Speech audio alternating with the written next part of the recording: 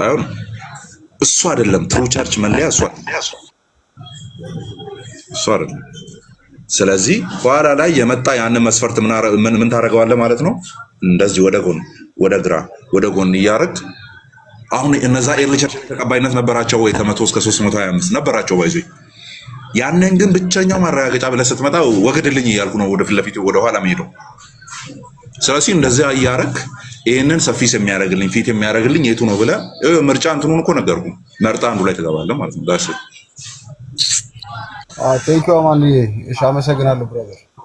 ጸጋና ሰላም ይብዛልህ። አሜን አሜን። ማይ ቅድም ኮሜንት ላይ ከጻፍሽው እንጀምራለን። በእስልምና ሴቶች ጎዶሎ ናቸው አይደል?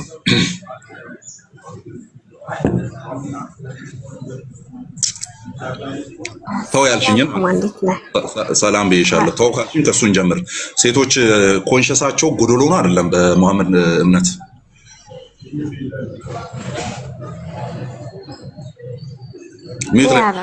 ጎዶሎ ናቸው የሚባል ነገር እስካሁን እሰማለሁ እንጂ ግን ጎዶሎ አይደሉም እነሱ። የአንቺ ሀሳብ ምን ያደርግልኛል? እኔ እኮ ሀሳብ ኦፒኒየንሽ እኮ ምንም አያደርግልኝም። ሙሐመድ ሴቶች ጭንቅላታቸው ጎዶሎ ነው ብሎ ያምናል አያምንም ሲባል ሰማለሁ። ምን ያደርግልኛል? እኔ ሙሐመድ ብሏል አላለም ነው። ጎዶሎ ናቸው አይደሉም? በሙሐመድ እምነት ሴቶች ከራይ በቁም ነው። እኔ ጠይቄያለሁ ከዚህ በፊት ነገርኩህ። ከዚህ ጎዶሎ ናቸው የተባለበት መንገድ ላብራራለህ። እሺ እኔ አላውቅም። በቃ ጠይቀኝ። አንቺ ለእኔ ልታብራሪ ማይ እዴ ምን ሆነሽ ነው? ጠይቀኝ። እንትኑን ልጠይቅሽ። በአማርኛ ሲተረጎም ምን ተብሎ ነው የሚተረጎመው? ሃፍ ኮንሽስ ናቸው የሚለው በአማርኛ ምን ተብሎ ነው የሚተረጎመው? እኮ ታዲያ እነሱ አሁን ጎዶሎ ስትል ትክክል ጎዶሎ ናቸው ማለት ነው እንዴ? ሙሐመድ ያለው ትክክል ነው አይደለም? ቆይ እንደዚህ እንጀምር። መሐመድ ጎዶሎ አንዴ ቃል በቃል መሐመድ ሴቶች አእምሯቸው ጎዶሎ ነው ብሏል አላለም? ኤ ብሏል ቢ አላለም? እሱ ነገር የመጀመሪያ ብሏል፣ መጽሐፍ ላይ ብሏል። ስለዚህ ሙሐመድ ያለው ነገር አላህና መልእክተኛው የፈረዱትን ሙስሊሞች መከተል አለባቸው የለባቸውም? ስለዚህ ሴቶች ጎዶሎ ናቸው። ምን አስጨነቀሽ ታዲያ? በቃ አለቀ ብሏል። ስለዚህ አላህና መልእክተኛው የፈረዱት እውነት ነው። ስለዚህ ሴቶቹ ጎዶሎ ናቸው። አለቀ። ሙስሊም እኔ አሁን እሱን አርጊውመንት ሙስሊም ሴቶች ናቸው ጎዶሎ ብዬ ነው ማምነው። እኔ ሌሎችን አልነካቸውም። ክርስቲያን ሴቶች የኛ ብሪሊየንት ማይንድ አላቸው። ሙስሊም ሴቶች ደግሞ ጎዶሎ ናቸው። ሙሐመድን ተከትዬ እላለሁ ማለት ነው። ስለዚህ ተዋት በይኝ። ሌላ ጊዜ ማስረጃ ያለውን ነገር ሳብራ ዝም ብለሽ መጠጣት ነው። ወደ ራስሽ ጥያቄ እንሄዳለን።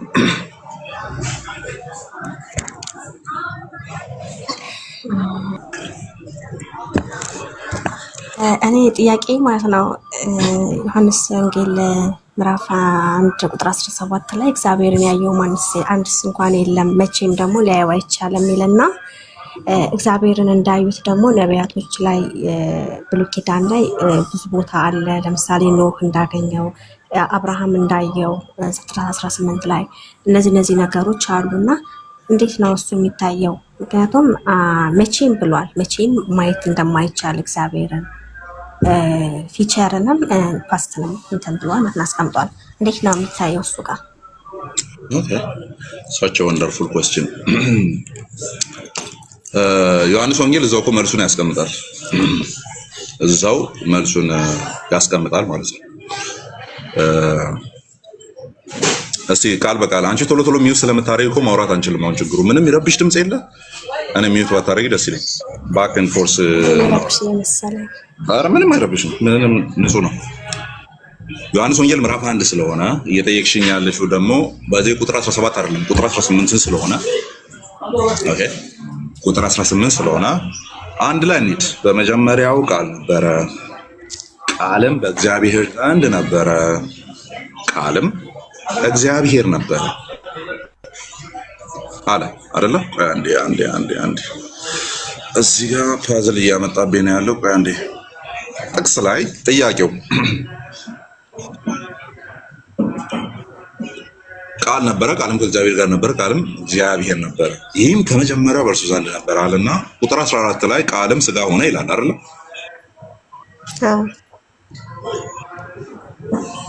ቃልም ስጋ ሆነ ሲል ስጋ የሆነው ቃል ማን ነው ብሎናል? ቁጥር 1 ላይ እግዚአብሔር ነበር። ስለዚህ እግዚአብሔር ስጋ ሆነ። ደን ይሄ ቃል ደግሞ ከእግዚአብሔር ጋር ነበረ ሲልስ ማን ነው? ይሄኛው ሁለተኛው እግዚአብሔር ተብሎ እየተጠራ ያለው ነው እኮ ይሄ ቃል የተባለው ማለት ነው አይደለም? ቃልም እግዚአብሔር ነበረ ሲባል ኤሴንሱ ማንነቱ የቃል ባህሪው ራሱ እግዚአብሔርነት ነው አይደል? ይሄ ቃል ደግሞ was with God ወይም ከእግዚአብሔር ጋር ነበረ። ከመጀመሪያው ከእርሱ ጋር ነበረ ሲባል ከእርሱ ጋር ነበረ ተብሎ ሪፈር እየተደረገለት ያለው ሁለተኛው አካል ማን ነው? ወይ እንደዚህ ላምጣልሽ። በመጀመሪያው ቃል ነበረ። ይሄ ስጋ ስለሆነው ታች ቁጥር 14 ላይ ስጋ ሆነ ስለተባለው አካል እየተወራለት ነው ያለው።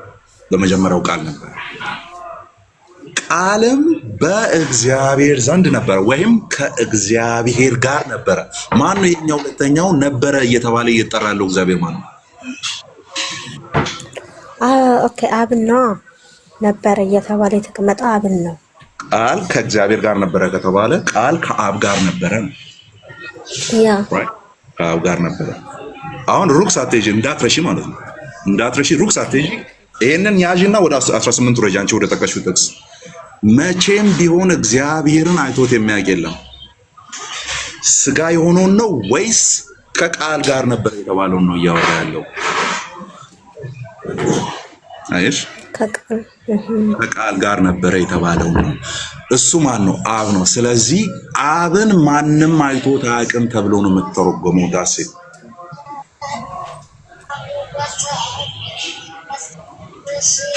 ኦኬ።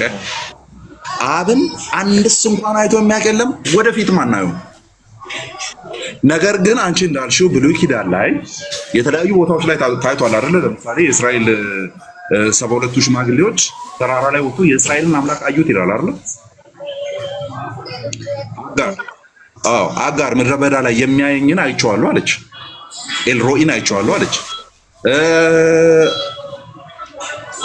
መሳፍንት ላይ እግዚአብሔርን አይተነዋልንና ወየው አሉ አይደል? እነ ማኑኤል ቤተሰቦች ሊገለም ቢፈልገን ኖሮ እንዴት ፊቱን አሳየን ምናምን አሉ። ስለዚህ እዚህ ጋር መቼም ቢሆን እግዚአብሔርን አይቶት የሚያውቅ የለም ይላል። ብሉይ ኪዳን ላይ እግዚአብሔርን አዩት፣ በፊቱ በሉ ጠጡ ይላል አይደለ? በፊቱ በሉ ጠጡ አይተውታል ይላል። እዚህ ጋርስ መቼም ቢሆን አይቶት የሚያውቅ የለም። ማንን? በዮሐንስ ወንጌል ምዕራፍ 1 አውድ መሰረት እግዚአብሔርን። እግዚአብሔር የተባለው ማን ነው? ቁጥር 1 ላይ ደስ ስታይ ከቃል ጋር የነበረው እሱ ታዲያ ማን ነው? አብ ነው። ስለዚህ መቼም ቢሆን አብን አይቶት የሚያውቅ የለም ተብሎ ነው የሚተረጎመው። ስለዚህ ብሉይ ኪዳን ላይ እየታየ የነበረው ማን ይሆናል ማለት ነው? አሁን ስጋ ለብሶ ኦፊሻሊ የመጣው ያኔ በቲዮፈኒ ይገለጥ የነበረው ኢየሱስ ክርስቶስ ይሆናል ማለት ነው። ዳስ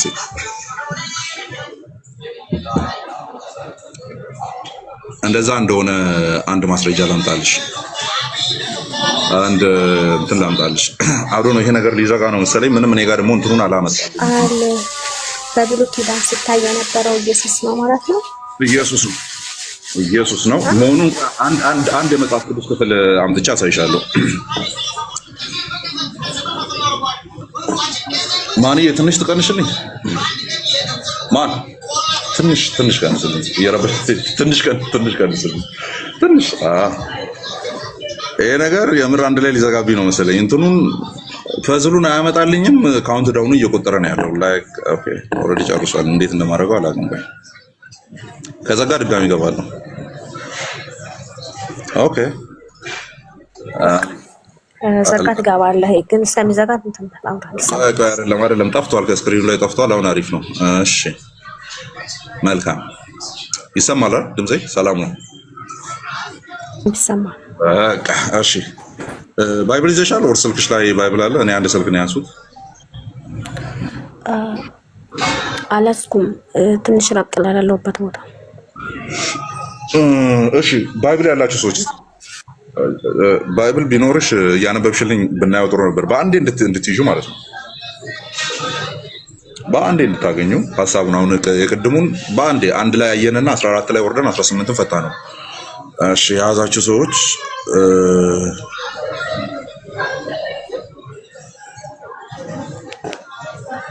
ዳቪድ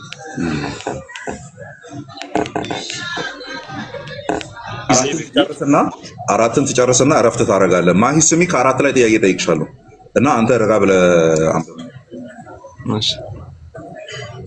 ከብዙ ጊዜ በፊት ለዚህ ፍርድ የተጻፈ አንዳንዶች ሰዎች ሾልኮ ገብተዋልና ኃጢአተኞች ሆነን የአምላካችንን ጸጋ በሴሰኝነት ይለውጣሉ።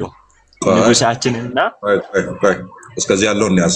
ታች ኮሜንት ላይም ስለተጻፈ ማሂ እያየሽ ቆይ። አቤል የለጠፈው ከብዙ ጊዜ በፊት ለዚህ ፍርድ የተጻፉ አንዳንዶች ሰዎች ሾልኮ ገብተዋልና ኃጢአተኞችም ሆነው የአምላካችንን ጸጋ በሴሰኝነት ይለውጣሉ። ንጉሳችንንና ጌታችንን ብቻውን ያለውን ኢየሱስ ክርስቶስን ይክዳሉ ነው የሚለው። ቀጥሎ ያለው የሚዘጋው በዛ ነው። አስተውለሽ ማይ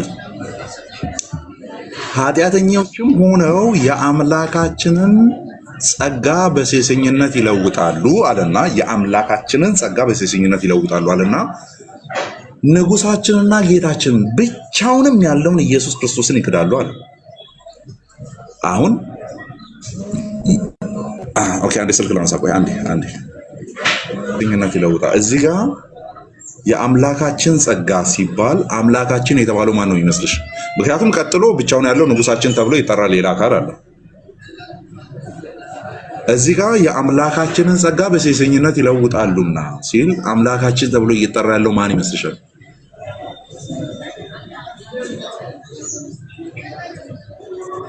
የአምላካችን ጸጋ ሲል ኢየሱስ ክርስቶስን ይመስለኛል። ጸጋ ስላለው ማለት ነው። አንዴ ጸጋ አለው። ሁለተኛ ቆሮንቶስ ምዕራፍ 13 ላይ የኢየሱስ ክርስቶስ ጸጋ ተብሏል። እሱ አይደለም ፖይንቱ። አሁን በደንብ አስተውይና ስም ያውን እንድጋር የአምላካችንን ጸጋ በሴሰኝነት ይለውጣሉ። አንድ አረፍተ ነገር ንጉሳችንንና ጌታችንንም ብቻውን ያለውን ኢየሱስ ክርስቶስንም ምን ይላሉ? ይክዳሉ ይላል።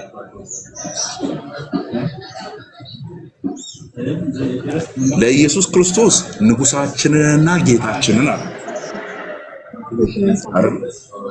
ከላይ ያለው የአምላካችንን ጸጋ ሲባል አምላካችን ተብሎ ሊተረጎም የሚገባው ለማን ይሆናል ማለት ነው? ለአብ ነው የሚሆነው። ባይዘው በቃ ይሄ ኮመን እንትን ነው፣ ችግር የለውም። በግራመር ደረጃ ለኢየሱስ ነው ብሎ ማምጣትም ይቻላል። ባይዘው ይሄን ክፍል ምክንያቱም ምንም አይነት እንትን ይሄ ዳይሴክሽን ስላልሰራ ማለት ነው። ግን ያው ግሪክ ግራመሩን በደንብ ስለሚያውቁ የኛ ሊቃውንት አይደለም ያኛው ለዛኛው ነው ብሎ ነው። ልክ ናቸው። ስለዚህ እዚህ ክፍል ላይ ንጉሳችንና ብቻውን ያለውን ጌታችንን ሲባል ያ ጌታ ብቻውን ያለው ጌታ ማን ይሆናል ማለት ነው? ኢየሱስ ይሆናል አይደለ? አትሊስት ጌታችን ኢየሱስ ክርስቶስ ይላል አይደለ? ጥቅሱ ላይ ይላል በግልጽ። ስለዚህ ጌታችን ኢየሱስ ክርስቶስ ስለሚል ጌታው ኢየሱስ ነው ብለን እንያዝ። ችግር የለውም። አምላክ የሚለውን እኮ ትተነው ነው ዞር አድርገነው ጌታ በሚለው ብቻ እንሂድ። ቀጥሎ ያለውን አንብብ አሁን። ስለዚህ ጌታችን ኢየሱስ ክርስቶስ ነው፣ እዚሁ ጌታ ኢየሱስ ክርስቶስ ብሎ ስለጠራ ቀጥሎ ያለውን አንብብ። ዳሩ ሁሉን አንድ ጊዜ ፈጽሞ ምንም የተማራችሁ ብትሆኑ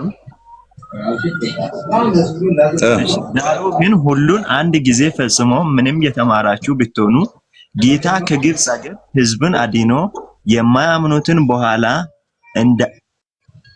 እንዳጠፋቸው ወዳለሁ። እሺ ማሂ አቤል የለጠፈው ነው ሙሉ የሱ ነው የሚቀመጠው። እያየሽ ጥያቄ ልጠይቅሽ ነው፣ በሚገባሽ መልኩ አድርጌ አነበዋለሁ። በደንብ አስተውለሽ ስሚ። ዳሩ ግን ሁሉን አንድ ጊዜ ፈጽሞ ምንም የተማራችሁ ብትሆኑ ተምራችሁ ከግብፅ ሀገር ወጣችሁ ቢሆንም ጌታ ከግብፅ ሀገር ሕዝቡን አድኖ የማያምኑትን በኋላ ላይ እንዴት እንዳጠፋቸው ላሳስባችሁ እወዳለሁ። ከግብፅ ሀገር ሕዝቡን ያዳነው ማን ነው? ጌታ እግዚአብሔር ማለት ነው። ላይ ብቻውን ያለው ተብሎ የተጠቀሰው ማን ነው? እግዚአብሔር አብ አይደለም። የአምላካችን ጸጋ የሚለው ነው ለእግዚአብሔር አብ ያለው። ንጉሳችን ብቻውን ያለው ጌታችን የተባለው ማን ነው? ኢየሱስ ነው። ሕዝቡን ከግብፅ ምድር ያወጣው ማን ነው? ማን አወጣቸው ነው የሚለው። ምንም እንኳን አንዴ ስሚ ቃሉን ብቻ እንድትይልኝ ማለት ነው። ዳሩ ግን ሁሉን አንድ ጊዜ ፈጽሞ ምንም የተማራችሁ ብትሆኑ ጌታ ከግብፅ ሀገር ህዝቡን አድኖ ይላል። ከግብፅ ሀገር ህዝቡን ያዳነው ማን ነው? ጌታ ነው ያዳነው። አሁንም ለቃሉ መሰረት ያ ጌታ እንደነ ደግሞ ኢየሱስ ነው። አንድ ቁጥር ከፍ ብሎ ያ ጌታ ማን ነው?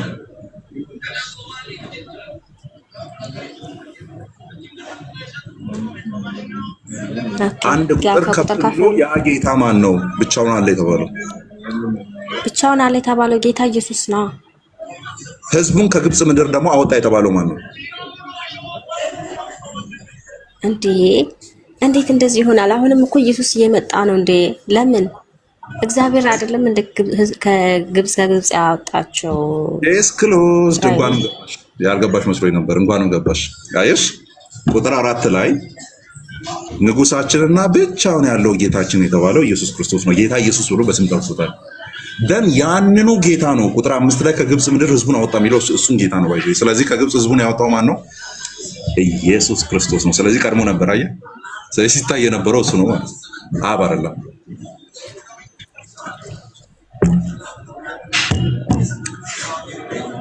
ዘጠነዋል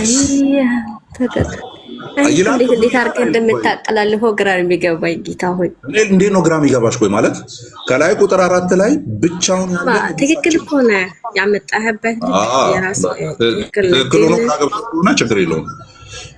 የሆነ ኮንፊውዝ አድርጌሽ ከሆነ ብዬ አስቤ ነው ማለት ምን ያልገባኝ ያጠላለፍክበት ያልኩት ኢየሱስ ክርስቶስ በብሉይ ኪዳን ህዝቡን አድኗል። ስለዚህ እግዚአብሔር ነው ያልከኝ ነው። ዳሴ ከዛ ደግሞ የሚታየው እሱ ነው ዋናው የጀመርነው ዮሐንስ ወንጌል 1:18 አይደል? የሚታይ የነበረው እሱ ነው። ህዝቡ እግዚአብሔርን አዩ። እግዚአብሔር ከሆነ እሺ ቆይ እሱ እግዚአብሔር ነው። አሁን እሱ ደግሞ በአይናችን ያየነው የዳሰስነው እያለ ዮሐንስ ደግሞ ተናግሯል። አዲስ ኪዳን ላይ ማለት ነው። እኮ አዲስ ኪዳን ላይ ተገልጧል። ያው ዮሐንስ አይደል እንደዚህ ዮሐንስ ወንጌል 1:18 ላይ ቃልም ሥጋ ሆነ ጸጋና እውነትን ተሞልቶ በእኛ አደረ ከእግዚአብሔር ዘንድ እንዳለው ያለውን ክብሩን የአንድ ልጅን ክብር ምን አለን አየን። ዮሐንስ 1:18 ላይ እኮ ነው ማየት ነው የነገረው። አሁን የጠቀሽው ደግሞ አንደኛ ዮሐንስ ምዕራፍ 1 ቁጥር 4 ጀምሮ ምናምን ያለው አንደኛ ዮሐንስ ምዕራፍ 1 ላይ ያየነው የሰማነውን የዳሰስነውን ከመጀመሪያው የነበረውን ስለ ዘላለም ሕይወት ቃል እናወራችኋለን ደስታችሁ ፍጹም ይሆን ዘንድ ይላል ማለት ነው። ስለዚህ አዲስ ኪዳን ላይ ተገልጧል የሚለው እንዴ ጳውሎስም እኮ ብሏል። ጳውሎስም ብሏል ኃጢአተኞችን ሊያድን ክርስቶስ ወደ ዓለም መጣ የሚለው ትምህርት የታመነና ሁሉም ሊቀበል የተገባው ነው አለ። ወደ ዓለም መጣ የሆነ ነገር ሊመጣ መኖር የለበትም። ነገ አዲስ አበባ መጥቻ አገኝሻለሁ። አሁን የለውም ምን 40 ምንጭ ተመልከች። እዚህ ጋር ክርስቶስ ኢየሱስ ኃጢአተኞችን ሊያድን ወደ ዓለም መጣ። ስለዚህ ወደ ዓለም ከመምጣቱ በፊት አለ ማለት ነው አለ። ዳን ብሉይ ኪዳን ላይ ግን ሲገለጥ የነበረው እሱ ነው ሲታይ የነበረው እሱ ነው። ነቢያቱ አየን ያሉት እሱ ነው የሚሆነው። ለምን መቼም ቢሆን ደግሞ እግዚአብሔር የሚለው ደግሞ ምዕራፍ 1 ቁጥር 1 ላይ አብ መቼም ቢሆን አብን አይቶት የሚያውቅ የለም። ስለዚህ ወልድ ይታይ ነበር፣ መንፈስ ቅዱስም አይታይም። ባይዘ ጢሞቴዎስ ላይም ይላል ልክ እንደዚሁ ተመሳሳይ ጢሞቴዎስ 6 ላይ ማንም አይቶት አያውቅም። 6:10 አካባቢ ላይ ማንም አይቶት አያውቅም፣ ማንም ሊቀርበው የማይችል ብርሃናት ውስጥ ይኖራል ነው የሚለው። ለዛ ነው ክርስትና ኮንሲስተንትሊ ነው የሚያስቀምጠው። አይታይም እሱ መቼም ቢሆን። ለዚህ ነው እዛው ዮሐንስ አሁን የጠቀሽው ክፍል ላይ ቀጠል ብሎ ምን ይላል? ያ ከአባቱ ዘንድ እንዳለው ያለውን የአንድ ልጅን ክብር ምን አለን አየነ።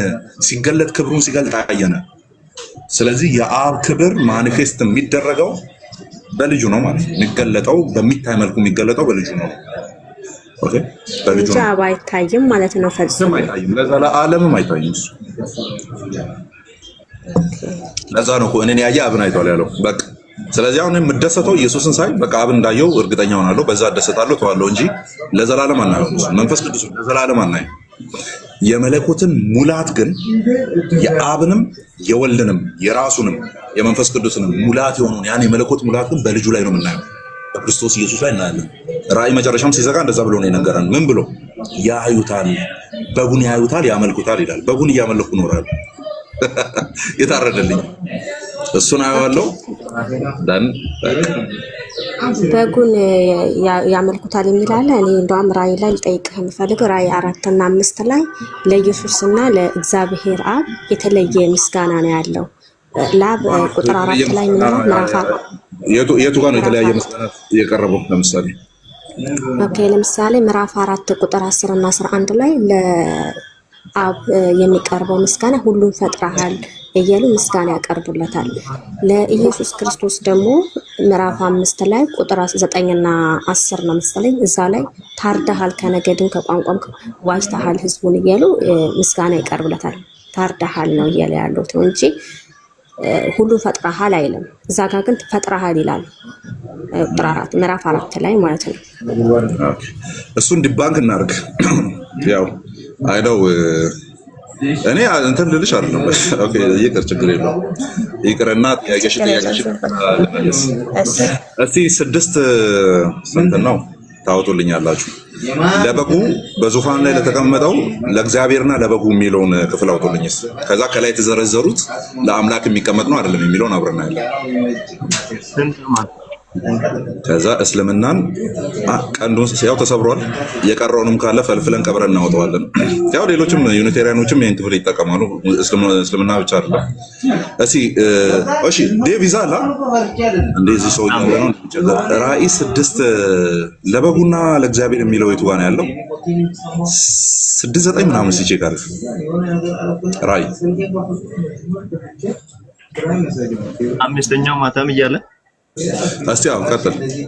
ከተፈታ በኋላ ለበጉና ለእግዚአብሔርና ለበጉ ምናምን ሰገዱ ምናምን የሚልበት ክፍል አለ።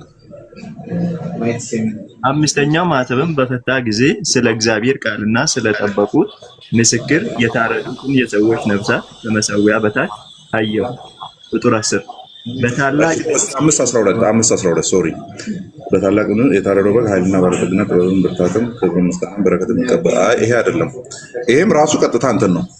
6:9 እንትን የሚለው ነው እግዚአብሔርና የበጉ እግዚአብሔርና በጉ ያው አብና ወልድ ምን ሆነዋል? በዙፋኑ ላይ ተቀምጠዋል። ለእነሱ ስግደት እኩል እየተቀበለ ማለት ነው። በታላቅም ድምፅ የታረደው በግ ኃይልና ባለጠግነት ጥበብም ብርታትም ክብርም ምስጋና የናማን ይሄ አይደለም። እዚህ ጋር ፖስት አድርጉት፣ እኔ አነባዋለሁኝ ምዕራፍና ቁጥሩን ካስታወስኩ አማን እሱ አይደለም። ቆይ እኔ ለበጉና ለእግዚአብሔርና ለበጉ አቤሰሎም ልክ እሺ 5:13 ቼክ አድርግ እስኪ።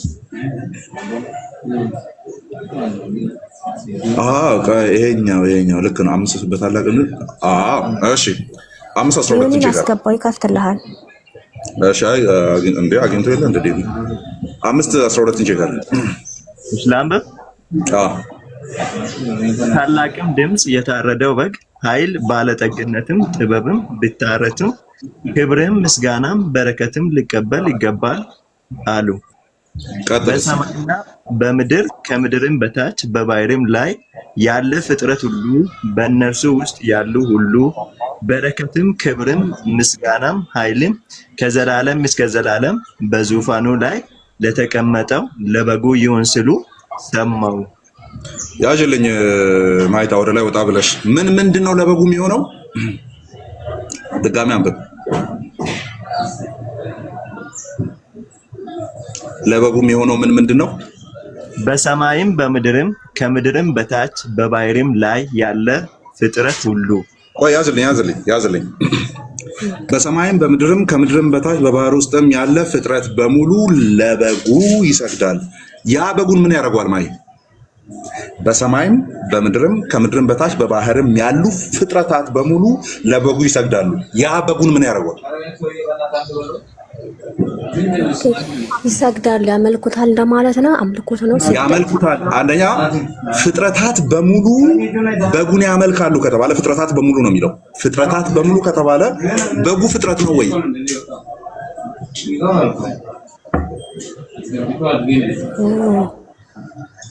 ኦ ማይ ጋድ ዳይሬክትሊ በጉን ከፍጥረቱ ያወጣና የተቀረው ፍጥረት ሁሉ ለበጉ ይሰግዳል ነው እያለ ያለው። ዳትስ ዋይ ዊ ወርሺፕ ዘ ላምብ። በጉን እናመልከዋለን፣ የእግዚአብሔርን በግ።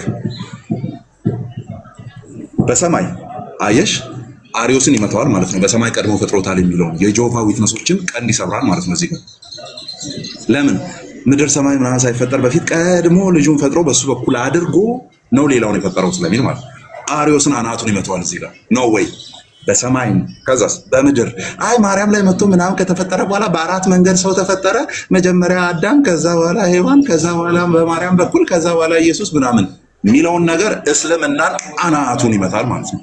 ለምን በምድርም ቢሆን ከዛስ በባህሮች ውስጥ ያሉ ከዛስ ፍጥረት የተባለ ሁሉ ለማን ይሰግዳል? ለበጉ። ስለዚህ በጉ ፍጡር አይደለም። እስልምናና አሪዮስን ቀንዳቸውን ብሎ ያስወጣል ማለት ነው። ስለዚህ በጉ የሚቀበለውን ነገር ዘርዝርልኝ እስቲ ወንድም አለ።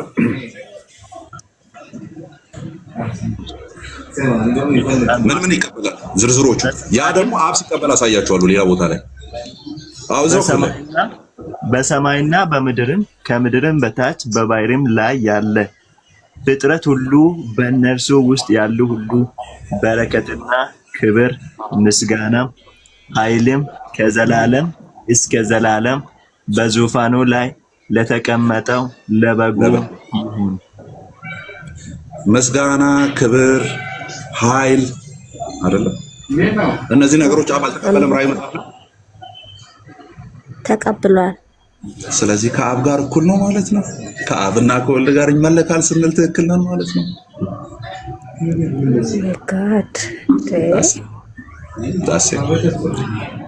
ይህንን ያዥውና ሜዲቴት አድርጊ። እነዛ ጎዶሎ ሰዎች አየርሽ ጊዜ አትፍጪ። እንዴ እሺ ራእይ 4 ምናምን እንዴት የሚታየው? እሺ አሁን እዛ ጋር ምን ሆነ? ራእይ 5 እና ራእይ 4 ፈጥረሃል እኮ የለ ምስጋና እያቀረበለት ነው ለአብ እና ታዲያ ፈጣሪ አይደል እንዴ? እዚህ ጋርስ ደግሞ ምንድነው እያለ ያለው?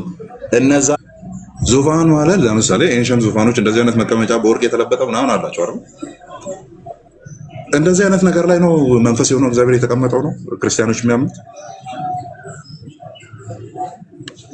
አይደለም እኮ። ዙፋን ስንልኛ አውቶሪቲ፣ ገዢነት ሁሉ ከሱ በታች የሚል አይዲያ መሸከሙን ነው።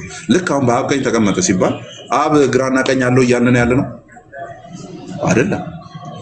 ቀኝ የሚለው ምንን ስለሚያሳይ? ኃይልን ስለሚያሳይ፣ ጉልበትን ስለሚያሳይ፣ ቀኝ ኃይልን አደረገች ስለሚል ማለት ነው። አየሽ? ስለዚህ እዛ ጋም አንዱን ዙፋን ይጠራና አብም ተቀማጭ ነው ይላል፣ ወልድም ይቀመጥበታል ነው የሚለው አንዱን ዙፋን። ችግሩ ግን አሁን ሙስሊሞችና ሌሎቹ ምናምን የሚያስቡት ምንድን ነው? እንደዚህ አይነት አንድ በርጩማ አለ፣ እዛ ላይ ተቀምጧል። በርጩማ ላይ የተቀመጠው አላህ ነው። ባይዞ አይደለም እንዴ? ማይ ከአርሹ ላይ የተቀመጠው ማን ነው? በርጩማ ላይ የተቀመጠው አላህ ነው። በርጩማ ላይ የሚቀመጥ እግዚአብሔር የለንም እኛ። ይሄውን ማስረጃ ያለው ነገር ነው። በርጩማ ላይ የሚቀመጠው አላህ ነው። ኦኬ። የኛ ግን ሲተረጎም የሆነ ዙፋን ሲባል እዚህ ጋር የሆነ ነገር ምናምን አለው የሚል ነገር የለውም። የሆነ ክብዳ እንትን የወርቅ ምናምን ዘውዶች ያሉት ምናምን የለም እኛ ጋር። ኃይልን፣ አገዛዝን፣ ብርታትን ማሳያ ስለሆነ እዛ አንድ ዙፋን አለ ከተባለ እዛ ዙፋን ላይ ማን ሲቀመጥ አይተናል? በጉ ሲቀመጥ አይተናል። በጉ ሲቀመጥ አይተናል። ስለዚህ በጉ አምላክ ነው። ክርስቲያኖች በሙሉ ኮሜንት ላይ ለበጉ እንሰግዳለን በሉ እስኪ። ያው ስንሄድ የሚጠብቀን እሱ ስለሆነ ማለት ነው። ምናየው እሱን ስለሆነ የመለኮት ሙላትን ምናየው እሱን ስለሆነ ለበጉ እንሰግዳለን በሉ።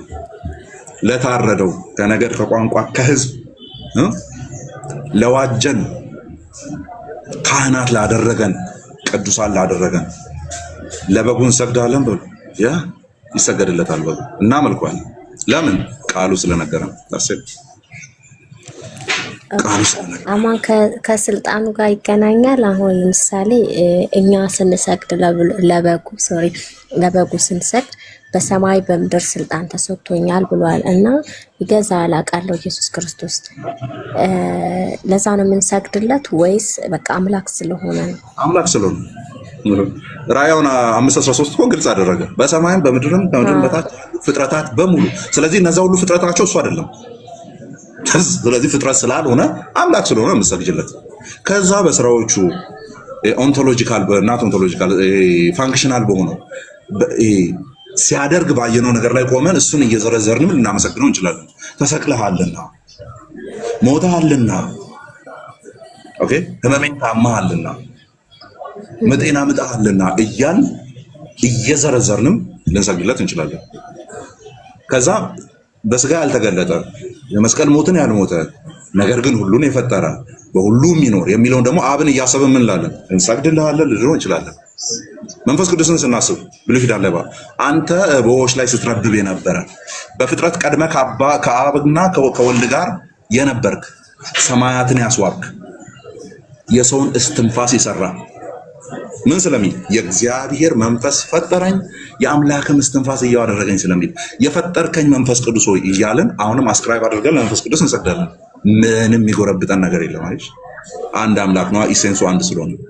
ስለዚህ ለበጉ እንሰግዳለን፣ ለመንፈስ ቅዱስ እንሰግዳለን፣ ለአብ እንሰግዳለን። ያ አንዱን ኢሴንስ ሼር ለሚያደርገው ያ አንዱ ባህሪ ለተቀዳው ለዛ መለኮት እንሰግዳለን ማለት ነው። እስቲ አንድ ነገር ግልጽ አድርግልኝና ይበቃኛል። ራሴን እጠይቃለሁ ማለት ነው።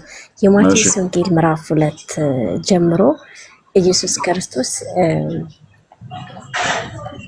ማለት ያ እዛ ጋራ በተወለደበት ሰዓት ሕፃን ሆኖ እዛ ጋር የሆነ ንጉሥ አለ ምናምን ሊያጠፋው ተነሳ። ከዛም ደግሞ ወደ ግብጽ ሸሸ። እናቱና ዮሴፍ ተነስተው ወደ ግብጽ ሀገር ሄዱ። ወደ ግብጽ ሀገር ሲሄዱ እግዚአብሔር ምን ይለዋል? እግዚአብሔር ለዮሴፍ በቃ ጥላትህ ሞቷልና ወደ ግብጽ ተነስተህ ሂድ። ማነው ተናጋሪው? እግዚአብሔር።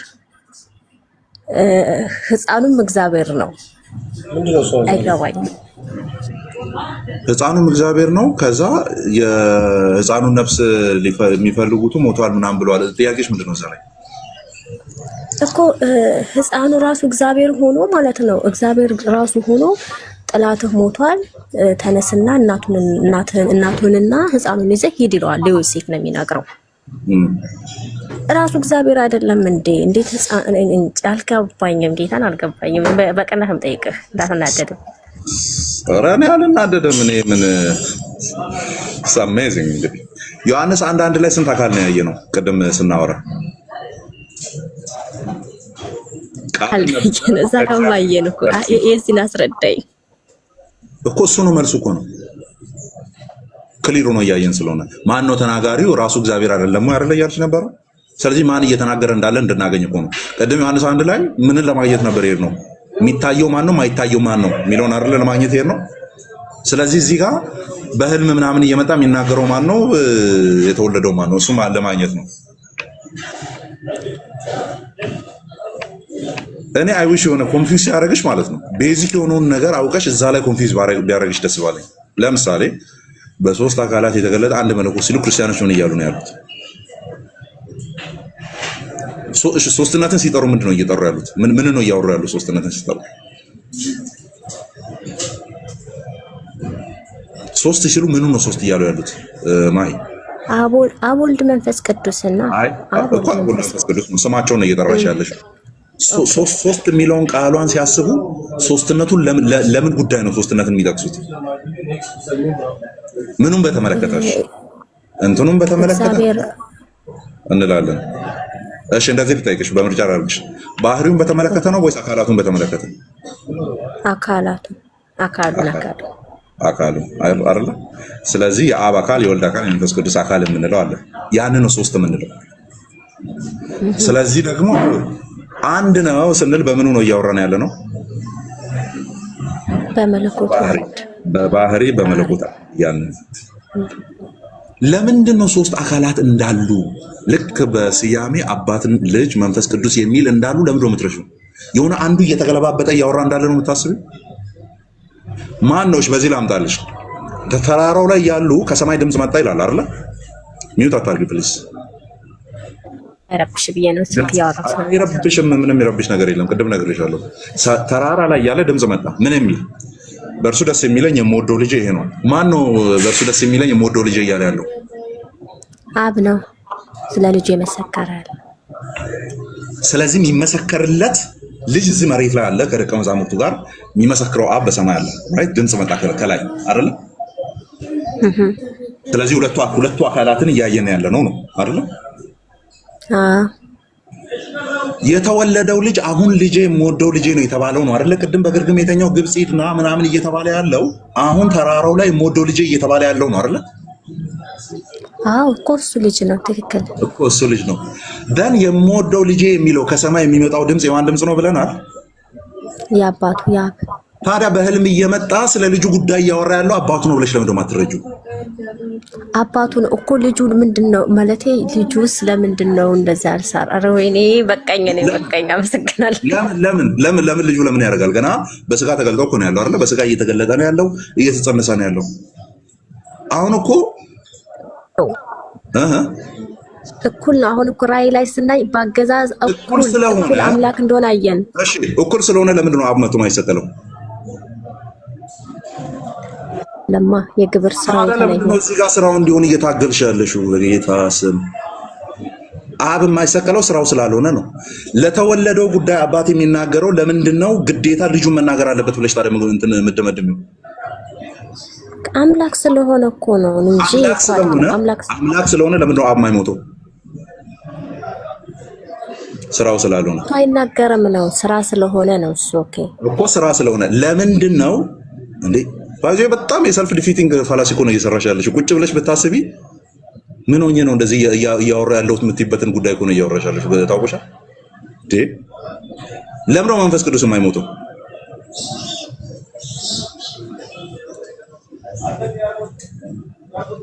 መንፈስ ቅዱስ ለምን ነው የማይሞተው?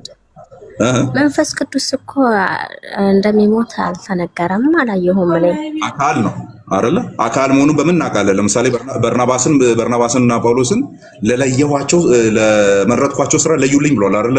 የአንጾኪያ ያሉ ሽማግሌዎችን ለዩልኝ፣ ለኔ ጉዳይ ለዩልኝ ብሏል። ስለዚህ ፐርሰን ነው፣ ፈቃድ አለው ማለት ነው አይደለ? ለዩልኝ ካለ አይደለ? አዎ አለው ግን ታዲያ ፐርሰን ከሆነ ለምንድን ነው መጥቶ የማይሞተው ነው እኮ ጥያቄው። ግብሩ የእሷ አይደለም፣ እሱ መሰረዝ በሰዎች ላይ ለምንድን ነው ታዲያ የልጁን ጉዳይ መናገር ላይ ግብሩ የሁለቱ እንዲሆን ለምን ፈለግሽ እኮ ነው ጥያቄው። ግብሩ አይደለም አይደለ? ግብሩ ካልሆነ ለምንድን ነው አባት መናገር እንዳለበት የተፈለገበት ቦታ ላይ ልጅም ለምንድን ነው ያልተናገረው አምላክ ነውና የሚለውን ለምን ማስገባት ፈለግሽ ነው እኮ ጥያቄው። የልጁን ጉዳይ ታውቃለህ? ማን? እሺ እግዚአብሔር ይኸውልህ ለመሰል እግዚአብሔር አንድ እግዚአብሔር ነው አይደል? አንድ እግዚአብሔር ስለሆነ እግዚአብሔር ከእግዚአብሔር ጋር አብሮት ነበር ወይ ብዬ እንዳልቀበል አሁን ቅድም ዮሐንስ ራእይ ላይ አንድ አምላክ መሆኑን አይቻለሁኝ። ተመልከተ፣ አንድ አምላክ መሆኑን አየሁኝ። እዚህ ጋር ደግሞ ሕፃኑም እግዚአብሔር ነው። ከዛ የሚያናግረው አብ ደግሞ አባቱ አለ። ይሄ አይ ቲንክ ስላሴ አስተምሮት ላይ ይመስለኛል ትንሽ ግራ የተቀባሁት እና እሱ ነው ትንሽ ኮንፊውዝ ያደረገኝ።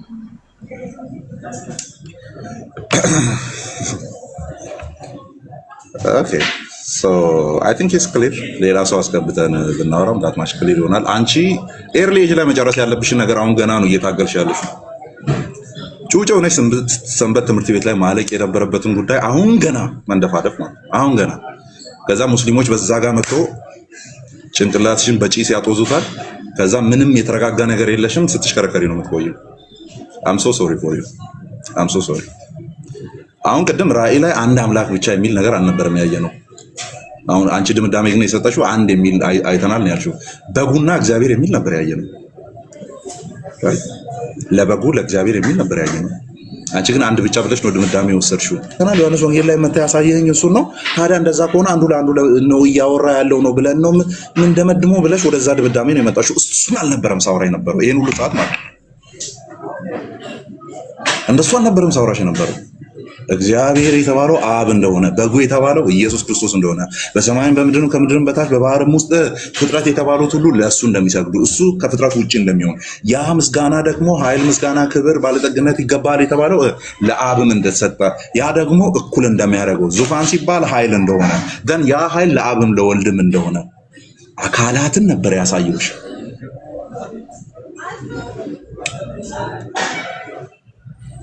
እኮ ትክክል ብዬ ተቀበልኩ። በቃ ተቀብያለሁኝ። አማን ልክ ነህ። መጽሐፉም እንዳስቀመጠው ነው ያስቀመጥከልኝ። ትክክል። ግን እዚህ ጋር ምን ብዬ ልብሰደው? እሺ የማቴዎስ ወንጌል እንዴት ልቀበለው? ምኑን ያስጨነቀሽ? በቃ አምላክ ስለሆነ እንዴት ነው ህፃን ሆኖ ከዛ ተነስና ሂድ እያለ ሌላ አካል የሚከላከልለት የሚያናግርለት እሱ ነገር ነው የከበደኝ እንጂ እኮ ሌላ አይደለም። ለምን ይከብድሻል? ይሄ በስጋ ተገልጦ ኮንፋይን ያለው የሰውነትን ባህሪ አሱም አድርጎ እየመጣ ነው ያለው። ቆይ የተወለደው ልጅ እንደተወለደ ሙሉ ጥርስ አብቅሎ ቢመጣ ምን ብለሽ ነው የምታስበው? ሙሉ 32 ጥርስ ያለው ዛሬ ቢወለድ ኖርማል ነው ይሄ? ይሄ በጣም እንደነገጠው አይደለም። ህፃን ከሆነ የማንን ኬር ይጠይቃል? ይሄ ህፃን የማንን እንክብካቤ ይጠይቃል? የእግዚአብሔርን እንክብካቤ፣ የቤተሰቦችን እንክብካቤ፣ ብቻ የእናቲቱን የወላጅን እንክብካቤ ይጠይቃል። ሰው ከሆነ ይሄንን ፕሮሰስ ማለፍ አለበት እኮ ነው አይደል እንዴ? ይሄንን የሰውነት ልክ እንዳልኩ 32 ጥርስ አብቅሎ ቢመጣ ኦኬ፣ እኔ አምላክነት ነው ከሰውነት ጋር እየተዋሃደ ያለው ወይም ሃይፖስታቲክ ዩኒየን ሀፕን እያደረገ ያለው መለኮት ከሰውነት ጋር ስለሆነ የሰውነትን ባህሪ አትፍቼ አምላክነቴን እየገለጥኩ ልምጣ ቢባል ይሄንን ሰው ነው ያለሽ ወይ? ከተገለጠ በኋላ በሰው ስርዓት ማለፍ አለበት። ሰው ከሆነ 9 ወር መረገዝ አለበት። ጡትን ጠብቶ ማደግ አለበት። በወድቆ ተነስቶ ማደግ አለበት አይደል? ሰው የሚያልፍበትን ኤቭሪቲንግ ማለፍ አለበት። ለምን አለፈ እንዴት ይባላል? ያ ከሆነ ደግሞ ኮንጆን ያደረገው ወይም የተዋሃደው ለአንቺ በሚገባሽ እዛ ስለሆነ ያደግሽው የተዋሃደው ደግሞ እሱም ከሆነ ያን አሱም ያደረገውን ባህሪ ሪፍሌክት ማድረግ አለበት። የተቀበለውን ያንን ባህሪ ማሳየት አለበት። ምን የሚል መጸነስ፣ መወለድ፣ ማደግ፣ ጡት መጥባት፣ መጫወት፣ መውደቅ፣ መነሳት ነው ሰውነት ላይ የምናያቸው መራብ፣ መጠማት። ለምን የታየበት ለምን ይባላል? ሰው አይደለም ወይ የሆነው? ሰው በመሆኑ የታየበትን ነገር አምላክም ነውና ያ በአምላክነት ብቻ ይታይልኝ እንዴት ይባላል? ኦኬ፣ እንዴት ይባላል? ያን የሰውነትን ፕሮግሬሽን ካላለፈ በምን ተአምር ነው ሙሉ ሰው ነው ፍጹም ሰው እንዴት ልንለው እንችላለን? ማለት ኢማጂን በሁለት እኔ ሁሉን ቻይ ነኝ እና ሰው ለመባል በሴት ማፀን ማለፍ ስላለብኝ ብሎ ማርያም እግዚአብሔር ባሪያ ነኝ እንደ ፈቃድ ይሁንልኝ ባለችበት ቅጽበት ከ3 ደቂቃ በኋላ ብትወልድ የሰው ነው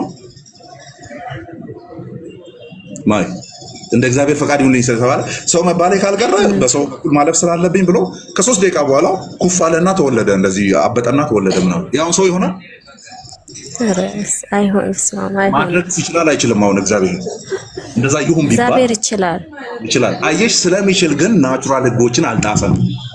አየሽ፣ የተፈጥሮ ህጎችን አልጣሰም ስለሚችል ማለት ነው። ለኔ ምን ይሳነኛል የፈለኩትን አደርጋለሁ ብሎ አላደረገም። 9 ወር ነው ሰው የሚረገዘው። በዛ መልክ ነው የመጣው። አደገ። በሰውና በእግዚአብሔር ፊት በቁመት በእውቀት በሞገስ ያድግ ነበር ይላል። እንዴ አምላክ ያድጋል እንዴ? ያድጋል ቁመት አምላክ? እውቀቱ ይጨምራል አይጨምርም? የሚጨምሩ ነገሮች የሚለወጡ ነገሮች የሰው ባህሪ ናቸው። እነሱ ነው አሱም ያደረገው። ኦኬ፣ እኔ አሁን ያለኝ ቁመት ሜትር ከ86 አልነበርኩም ስወለድ ነው ምናምን ኢንች ነበርኩ። ከዚህ ምናምን የማልፍ ነበርኩ አይደል? አደኩ። አየሽ፣ ፕሮሰስ ይዞ መጥቶ ነው አሁን ያለው አማን የመጣው። ነገ ደግሞ በፕሮሰስ ሽበታም የሆነ አማን ይመጣል።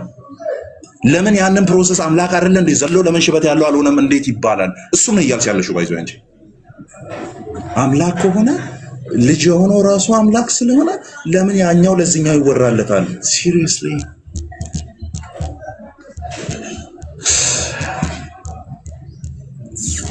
ያ እናወራለን በውስጥ ረጋ ብለሽ። እኔ ጓል በልብሽ ያው ትወጂኛለሽ፣ እንደምወድሽ ታውቂያለሽ። እንደዚህ አንዳንዴ ዝም ባረግሽ ደስ ይለኛል። አትንከላወሺ። አሁን ያወራነው ሜዲቴት አድርጊ። ስልክሽን ቁጭ አድርጊና ወይ አንብቢ። እረፍት ያጣ ነፍስ ነው አንቺ ላይ ማየው ማለት ነው። ወይ አንደውኑ ጠቅልለሽ ገቢና የምራው የሚያሳርፍሽ ከሆነ ማለት እንደማያሳርፍሽ ስለምታውቂ ነው የምትንከላወሽ ሁሉ ቦታ ላይ እየተንከላወሽ ያለሽው ማለት ነው። እረፍት አድርጊ፣ ሜዲቴት አድርጊ ቁጭ ብለሽ። ማንም እኔ አማን ያለውን እንትን በጥብጦ አንቺ ጭንቅላት ውስጥ መክተት አይችልም። አማንም እያነበበ ሜዲቴት እያደረገ ነው አሁን የሚያወራውን ነገር የሚያወራው። እረፍት ያደርጋል። የሆነ ነገር ካወራ በኋላ ሜዲቴት ያደርጋል። ያንን ቅድም ያወራውን ነገር ምን አቀበልኩ ምን ተቀበልኩ የሚለውን ነገር ያስባል። የሆነ ቶፒክ ላይ ቁጭ ብሎ ያነባል። አየሽ፣ አንቺ እረፍት የለሽም። ጭንቅላትሽ ፕሮሰስ እንዲያደርገው እረፍት የለሽም አንቺ። እንዲህ ሲባል ምን ማለት ነው የሚለውን ነገር ቁጭ ብለሽ ሜዲቴት አታረጊም። ከዛስ አንድ ቶፒክ ላይ በስርዓቱ ተወርቶ ጨርሻለሁ ብዬ ሳስብ ያንን የሚያፈርስ ኮንክሉዥን ነው የምሰራው። አሁን ቅድም ራእይን አንብበን አንድ እንደሆነ ተረድቻለሁ አልሽ። እኔ አንድ ነው ለማለት ነበር የበጉን ቴዎሎጂ ይዤ የመጣሁት። በጣም ተስፋ የሚያስቆርጥ ነገር ማለት ነው።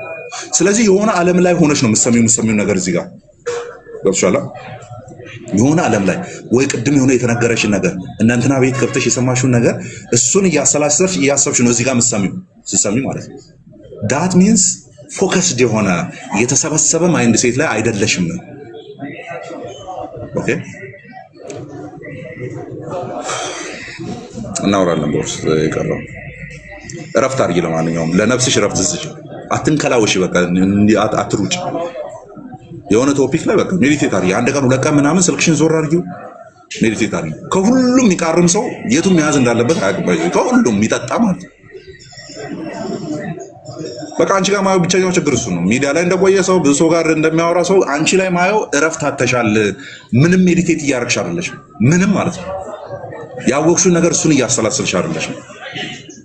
አድርጊ እንደዛ። ለማንኛውም አላቪው ማየ ሌሎቻችሁም ጸጋና ሰላም ይብዛላችሁ። አፍትጎ